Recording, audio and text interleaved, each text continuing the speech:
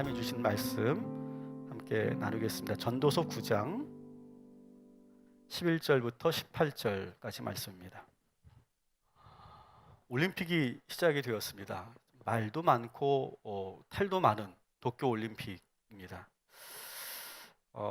참 문제들이 많이 일어났죠. 그리고 많은 논란거리들이 여전히 있습니다.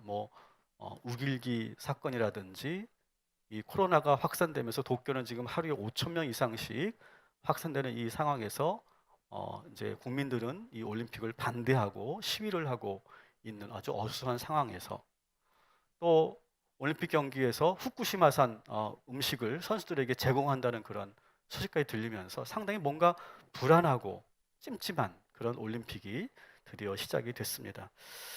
갑자기 올림픽이 중단될 수도 있다라고 하는 그런 소식도 들리고 또 선수들과 관계자들이 확진자가 늘어나고 있는 소식도 들리고 있는 상황입니다. 이런 상황에서도 우리 열심히 땀 흘리고 훈련하고 있는 최선을 다해 경기하고 있는 우리 모든 나라, 우리나라뿐만 아니라 우리 모든 나라의 선수들을 우리가 응원했으면 좋겠습니다. 자, 그런데 오늘 이 전도자가요, 이 올림픽 선수들이 꼭 들어야 할 말씀을 전하고 있어요. 한번 우리 9장 11절 말씀 우리 한번 같이 읽어보도록 하겠습니다.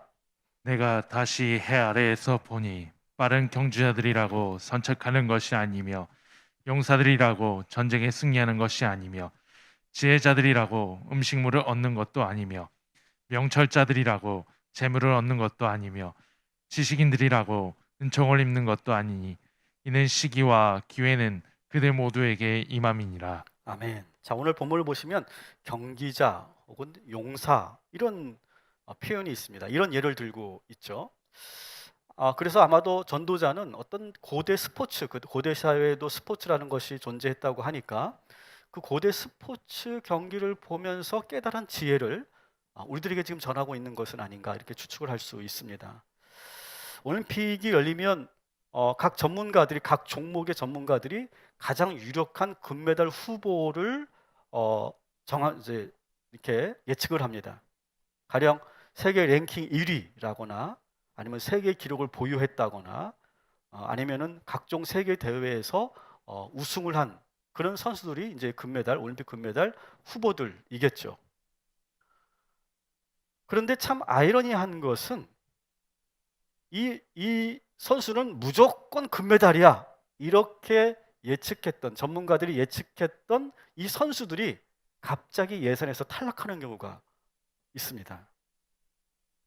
오늘 전도자도 이렇게 말하고 있죠. 경주자들이라고 선착하는 것이 아니며 용사들이라고 꼭 승리하는 것은 아니다 이렇게 말하고 있는 것처럼요. 육상 경기를 보면 세계 기록을 보유한 선수가 이제 출발선상에서 실격을 해가지고 실격패를 당하는 경우도 있고요. 또 갑자기 발목이 겹질려서 넘어져서 결국 예선에 탈락하고 그리고 금메달을 따지 못하는 그런 일들이 속출하고 있습니다. 우사인 볼트도 최고의 100m 선수도 실격패를 한 적도 있었죠. 어제 제가 이렇게 올림픽 경기들을 쭉 보니까 우리나라에서도 무조건 이 선수는 금메달감이다 라고 했던 선수들이 아쉽게도 모두 동메달에 그쳤습니다. 남자 펜싱 사브르 세계 1위 홍상욱 선수라든지 또 남자 태권도 58kg급 세계 1위 장준 선수 모두가 다 동메달에 그쳤습니다. 이렇게 스포츠 경기라고 하는 것은 예측하기 참 어렵고 이변이 속출하기 때문에 그래서 또 재미가 있는 것 같습니다. 전도자는 오늘 이 말씀에서 기술과 실력이 아무리 뛰어나도 얼마든지 질 수 있다 이렇게 지금 이야기하고 있어요. 그러면서 이렇게 하반절에 이렇게 말하고 있죠. 시기와 기회는 그들 모두에게 있다. 때와 기회는 누구에게나 찾아온다라고 하는 말씀이죠.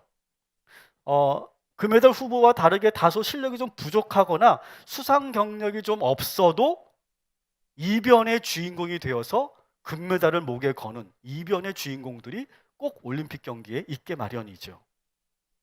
그래서 이 스포츠라고 하는 것은 우리 인생의 축소판이다 이렇게 말하기도 합니다. 그래서 우리는 경기를 보면서 경기 결과만 보는 것이 아니라 야, 인생이 저렇지. 그래, 이번에 이 경기를 보면서 참 우리 인생을 다시 한번 돌아보게 된다. 내 인생을 한번 다시 한번 생각하게 된다. 그런 우리가 효과도 있는 것이죠. 저는 아쉽게 이번에 경기에서 진 선수들이 많이 있을 텐데 너무 크게 실망하지 마시고 다시 기회와 그 때를 꼭 다시 한번 붙잡고 다시 도전하기를 저는 축복해 봅니다. 또 우리 국민들은요, 이 패배한 선수들을 너무 과도하게 비난하지 않았으면 좋겠어요. 오늘 8시에 축구합니다. 1패를 했습니다. 최약체 뉴질랜드에게 졌습니다. 저도 화가 났는데요.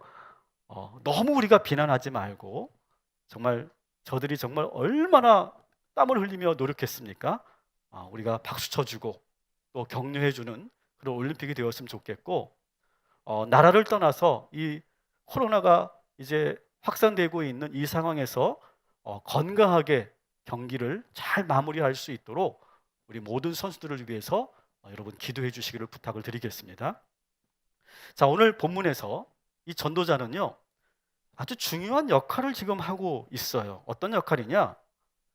잊혀질 뻔한 사람을 다시 기억하도록 우리들을 이끌어주고 있어요. 그냥 잊혀질 뻔한 사람의 이야기를 지금 우리들에게 소개하고 있습니다. 코엘렛은 그 당시 실제로 있었던 아주 충격적인 이야기다라고 하면서 전하고 있습니다. 13절에 이렇게 되어 있습니다. 나는 세상에서 지혜로운 사람이 겪는 일을 보고서 큰 충격을 받았다 이렇게 말합니다. 그러면서 우리 청중들의 관심을 이렇게 불러일으키죠. 그래, 큰 충격의 사건? 뭐지? 이렇게 관심을 불러일으키는 것이죠. 13절부터 16절까지 하나의 이야기가 소개되고 있는데 여러분이 예배 끝나고 나서 꼭 한번 읽어보시면 좋겠고, 제가 이 본문을 가지고 다시 한번 재구성해서 여러분들에게 한번 말씀을 드리겠습니다. 이런 이야기입니다. 인구가 많지 않은 아주 작은 성이 있었습니다. 근데 어느 날 큰 성을 가지고 있는 막강한 군사력을 가지고 있는 큰 왕이 그 작은 성을 기습합니다. 공격합니다. 그리고 그 성을 에워싸고 포위하고 있어요. 근데 이 성 안에 있던 지도자들은요, 아무 대책을 세우지 못하고 부들부들 떨고만 있어요. 두려워만 하고 있어요. 그런데 그때 지혜로운 한 사람이 나타납니다. 그리고 그 사람의 지혜로 말미암아 이 전쟁을 막을 수 있었고 성이 함락되는 위기를 모면할 수 있었다라고 하는 얘기예요. 얼마나 고마웠을까, 이 한 사람. 이 한 사람 때문에 이 성의 운명이 바뀌었잖아요. 그래서 그 성에 있는 사람들이 정말 고마워하고 좋아했을 거라고 우리는 예측합니다. 그죠? 그런데 의외의 그러한 반응을 보입니다. 시간이 지나면서 사람들이, 그 성 안에 있던 사람들이 그의 공로를 다 잊어버렸다 이렇게 되어 있어요. 그러면서 그의 공로를 잊어버린 이유, 그 성에 있는 사람들이 그 사람의 지혜를 잊어버린 이유가 뭐냐? 15절에 이렇게 되어 있습니다. 그가 가난한 사람이었기 때문이다 이렇게 소개하고 있어요. 참 슬픈 이야기입니다. 가난하기 때문에 그가 그 성을 위해서 그 위기를 이길 수 있도록 지혜를 주고 노력했는데 잊혀져 가더라라고 하는 거예요. 근데 저는요, 이 전도서 말씀을 이렇게 읽으면서 야, 이게 성경 어디에서 이게 있는 말씀인데? 그런 생각이 떠오르더라고요. 근데 도무지 찾을 수가 없는 거예요. 제가 분명히 어느 성경에서 봤는데 이게 떠오르지 않는 거예요. 그래서 제가 거기 이 말씀과 연관되는 그런 말씀을 제가 찾느라 제가 한 2시간 정도 걸린 것 같아요. 그리고 결국 제가 찾아냈어요. 사무엘하, 한번 여러분 성경을 펼쳐주시면 사무엘하 20장 14절부터 22절까지가 제가 찾으려고 했던 그 말씀이었거든요. 여러분 한번 이 말씀도 꼭 한번 읽어보시기 바랍니다. 근데 이 이야기가 전도자가 전하는 이야기와 거의 99.9% 일치하는 이야기예요. 그래서 뭐 저는 뭐 이렇게 추측하는 겁니다. 아마 이 전도자가 오늘 이 사무엘하 22장에 있는 20장에 있는 말씀을 근거로 지금 하는 이야기가 아닐까 저는 그렇게 추측합니다. 한번 잘 들어보십시오. 다윗의 이야기인데요. 다윗은 아들 압살롬이 반란을 일으켰죠. 근데 그 반란을 처음에는 정말 위기에 봉착해 있다가 극적으로 이 반란을 진압합니다. 요압에 의해서. 근데 얼마 지나지 않았어요. 이 아들 압살롬의 반란이 이제 끝난 지가 얼마 지나지 않았는데 또 한 사람, 베냐민 지파 세바라고 하는 사람이 또 반란을 일으킨 거예요. 이렇게 계속되는 반란과 역모에 이 다윗이 극도로 긴장하게 되죠. 뭐 누구나 그럴 거 아니겠어요? 그래서 그냥 내버려 두지 않고 곧바로 저 세바와 저 추종자들을 곧바로 진압하라 이렇게 명령을 내립니다. 그 명령을 받은 요압 장군이 이제 군대를 이끌고 이 세바가 숨어 있는 성을 기습하는 거예요. 근데 그 성 이름이 무슨 성이냐? 따라합시다. 아벨성. 근데 이 아벨성은요, 큰 성이 아니에요. 그 성을 포위합니다. 그리고 이 요압 장군은요, 특히 이 공선전에 아주 능한 그런 장수였거든요. 수많은 그런 전쟁 속에서 성을 수없이 함락해 본 그런 능숙한 장수였어요. 그래서 어떻게 했냐면 본문에 보면 그 성 앞에 둔덕을 쌓습니다. 우리 고대 전쟁에서 보면 그런 일을 많이 하죠.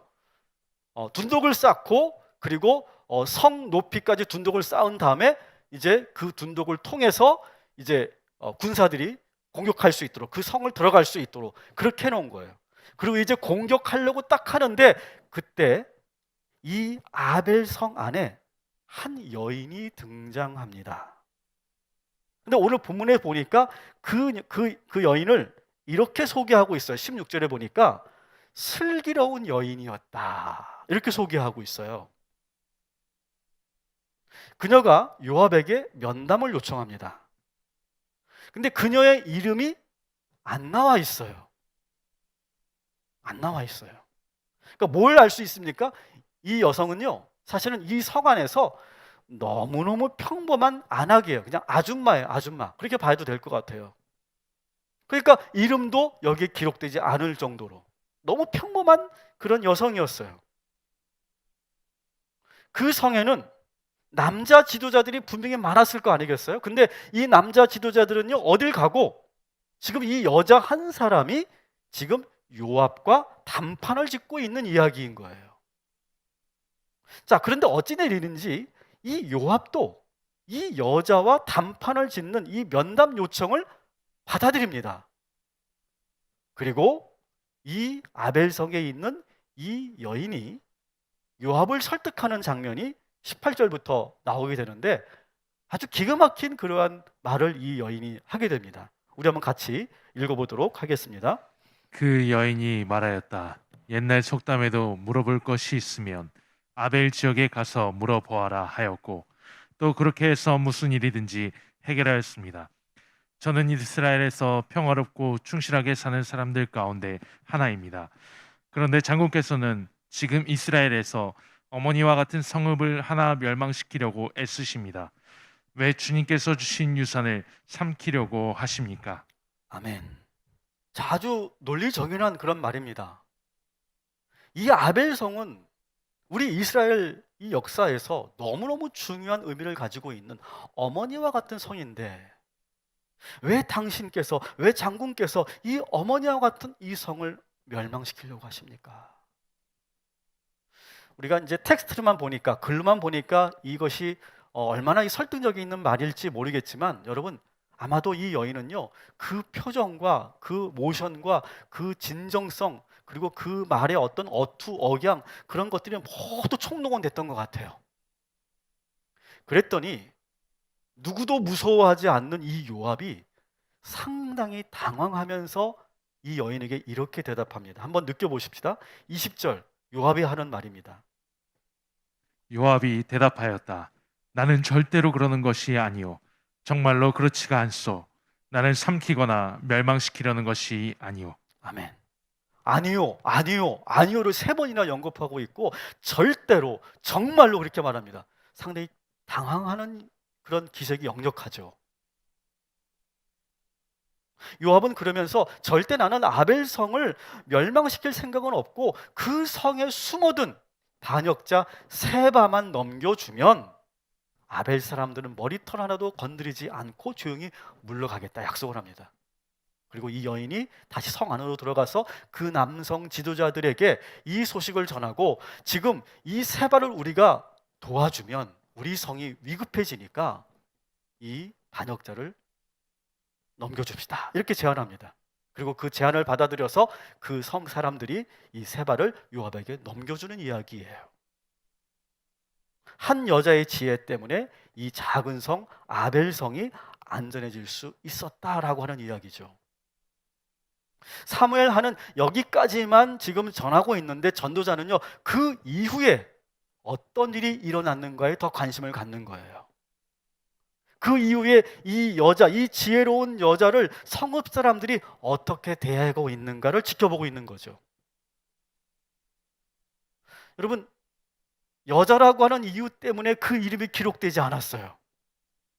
이것이 그냥 우리가 넘길 수 없는 그런 이야기 아닙니까? 그리고 가난하다고 아무 배경이 없는 사람이라고 그의 공로가 무시되고 있는 거예요, 지금. 아마도 그 남자 지도자들은 그런 마음이었을 거예요.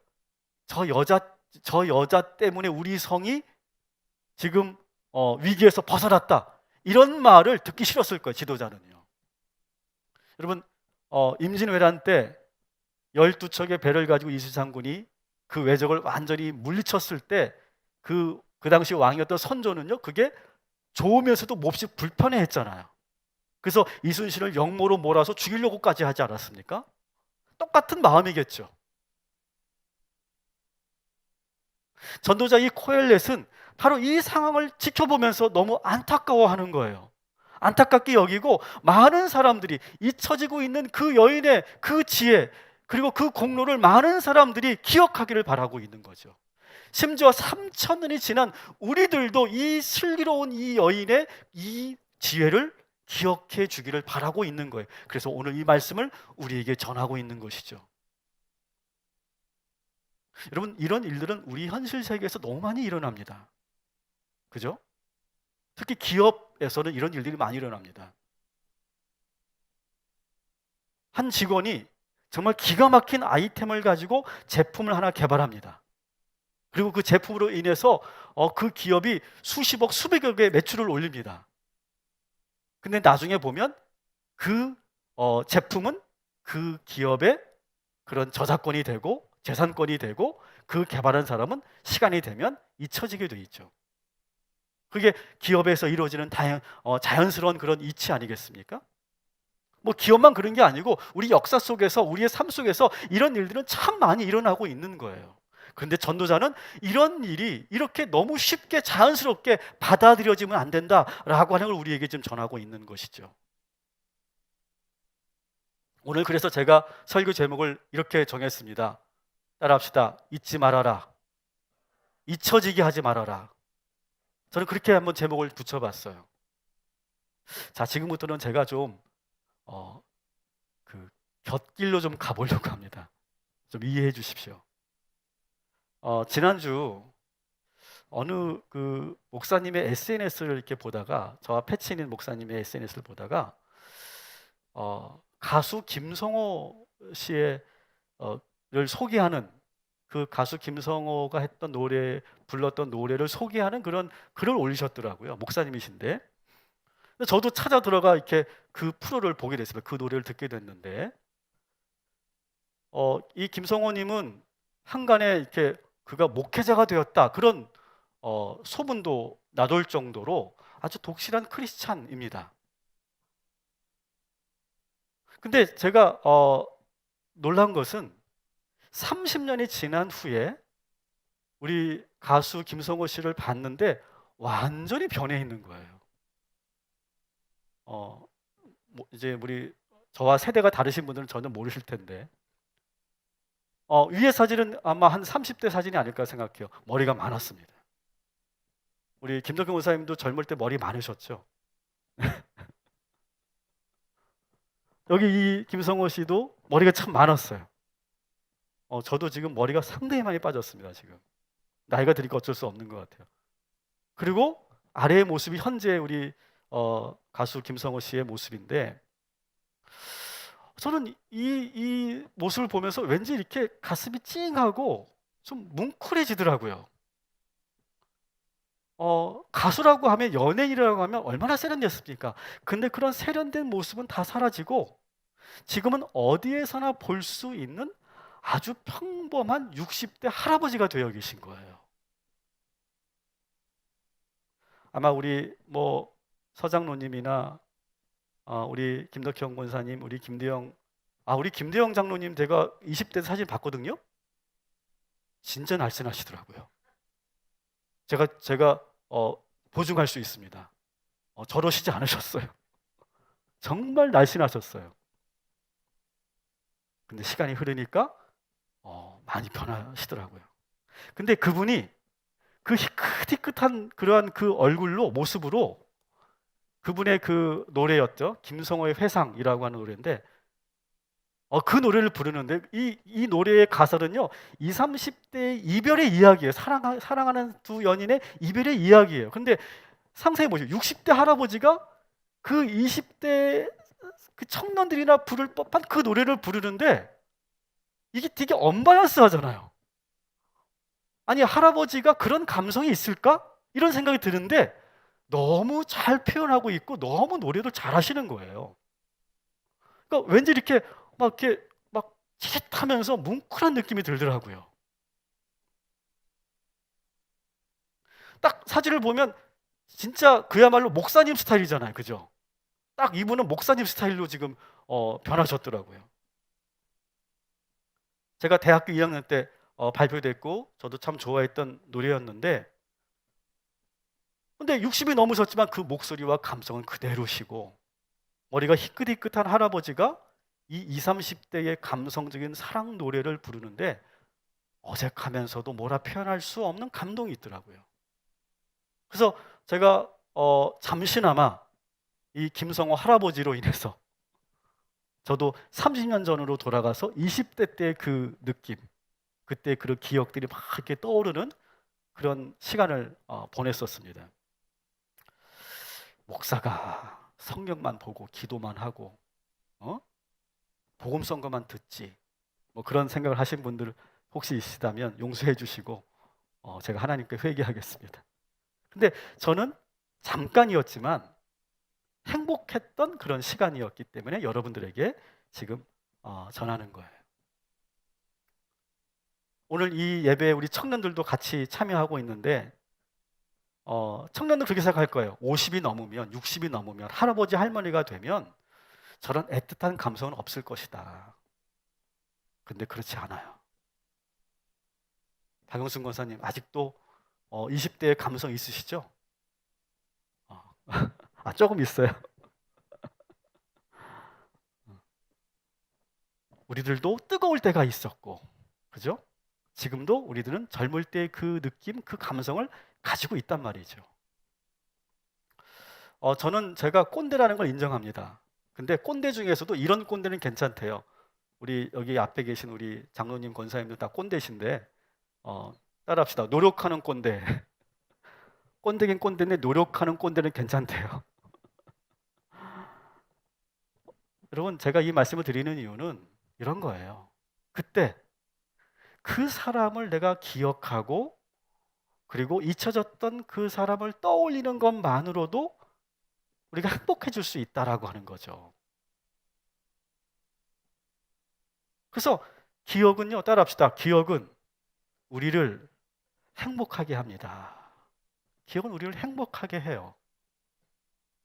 자, 그런데 오늘 이 전도자는요, 행복한 기억을 이야기하려고 하는 것이 아니라 반대로 그 기억을 떠올리면 힘들게 하는 기억을 기억하라, 이렇게 말하고 있는 거예요. 절대로 잊지 말아야 될 그러한 기억을 떠올려라 라고 하는 거죠. 여러분 기억 속에 지금 잊혀져 있는 것들 중에 절대로 잊지 말아야 될 그러한 시간과 그 순간을 떠올리라라고 하는 거예요. 한 번 더 따라합시다. 우리의 역사를 있는 그대로 기억합시다. 지금 우리나라 사이에 있는 두 나라는요, 지금 뭘 하고 있습니까? 주변국들은 지금 지난날의 자기들의 역사 속에서 잊고 싶은 기억들을 다 삭제하는 노력을 하고 있어요. 역사책에서 그 사건들을 다 삭제하고 그리고 역사 교과서를 지금 왜곡시키고 있다고요. 자기들의 실수를 미화하고 정당화하는 그런 노력에 지금 열심을 내고 있어요. 저는 이해합니다. 그래야 지금 국민들과 후손들이 더 국가에 대한 자긍심을 갖게 되고 더 충성할 거라고 그렇게 생각하는 것이겠죠. 근데 저는 그렇게 생각하지 않아요. 진실을 감추려고 수단과 방법을 가리지 않는 그 어른들을 보면서 이 지금의 후손들, 그 어린 그런 세대들은 뭘 배울까요? 똑같이 가지 않을까요? 똑같이 잘못된 역사관을 가지게 될 것이고 또 그 실수를 또 반복하게 될 거예요. 여러분, 우리 기독교 역사 속에서도요, 부족하지만 부끄럽지만 정말 뼈저린 실수를 한 역사들이 참 많이 있는 거 아시죠? 그 중에 뭐 아주 단적인 예는 일본 신사 참배를 할 때 그 당시에 있었던 한국의 공식 교단들은요 다 이것을 허용했습니다. 공식화했어요. 뭐 주기철 목사님과 같은 그런 개인적인 개별적인 목사님들의 저항은 있었지만 주류 기독교는 공식 교단은 모두 이 신사 참배를 타협하고 말았다고요. 이것은 아주 뼈아픈 역사고 절대로 우리가 잊지 말아야 될 역사인 거죠. 여러분, 이런 것들을 감춘다고 감추어지는 것이 아니에요.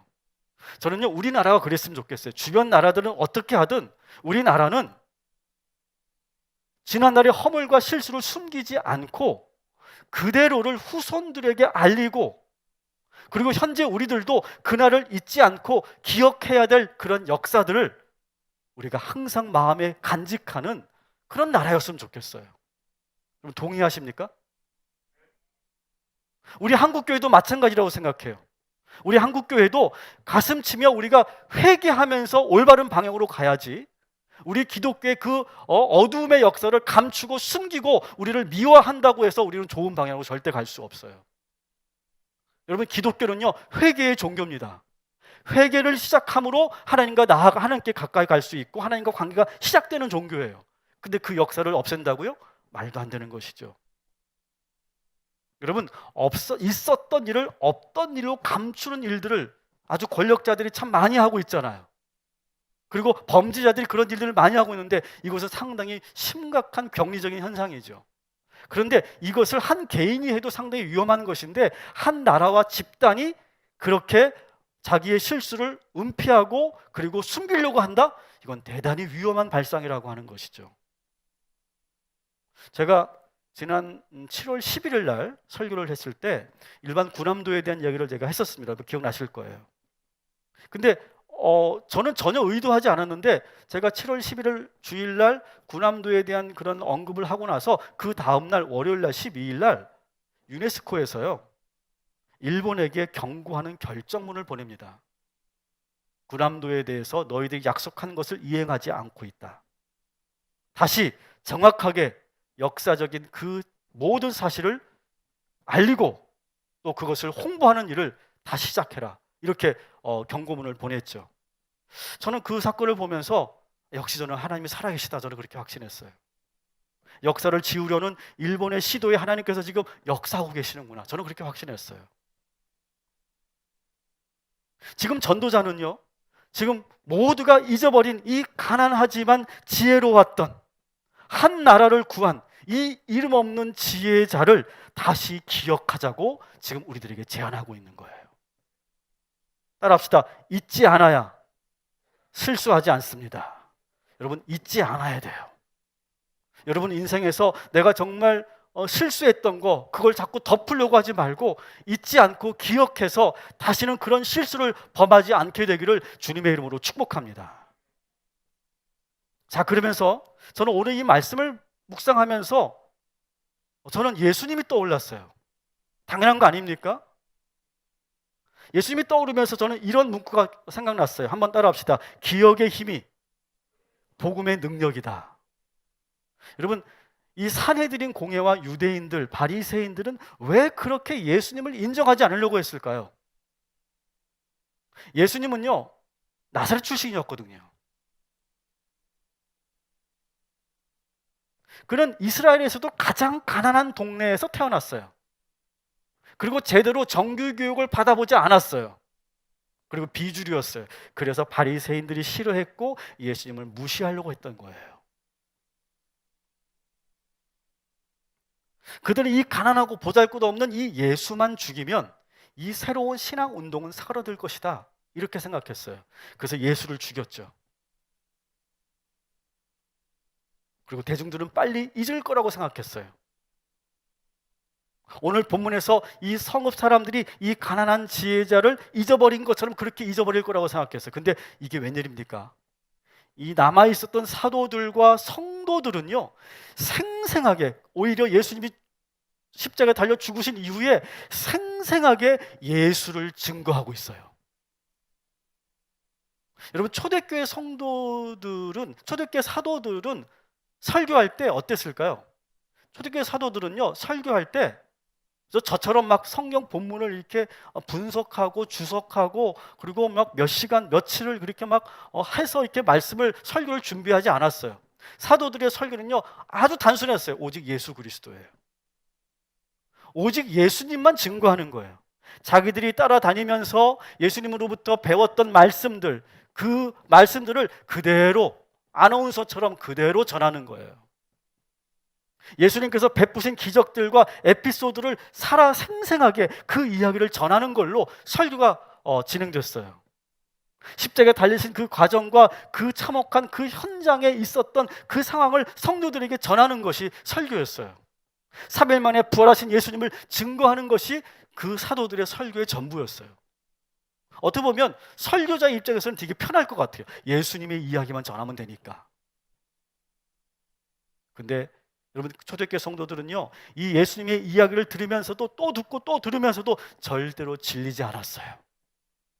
왜냐하면 예수의 이야기가, 예수님의 말씀이 늘 살아서 역사했기 때문에 그래요.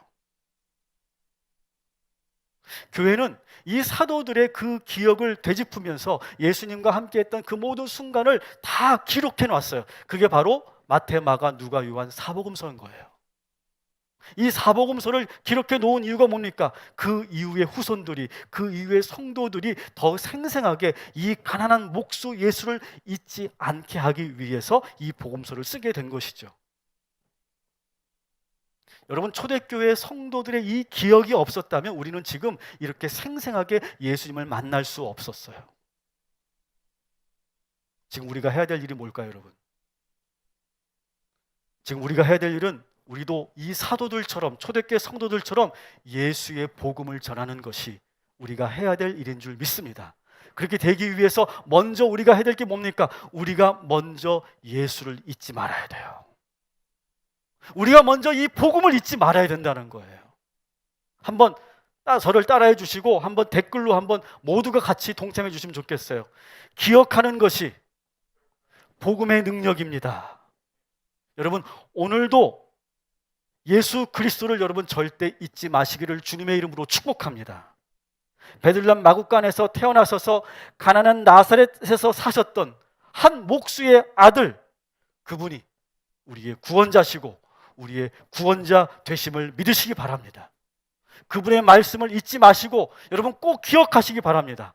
그리고 이 사람들로부터 예수님이 잊혀지지 않도록 우리가 전하고 또 전하는 저와 여러분이 되기를 주님의 이름으로 축복합니다.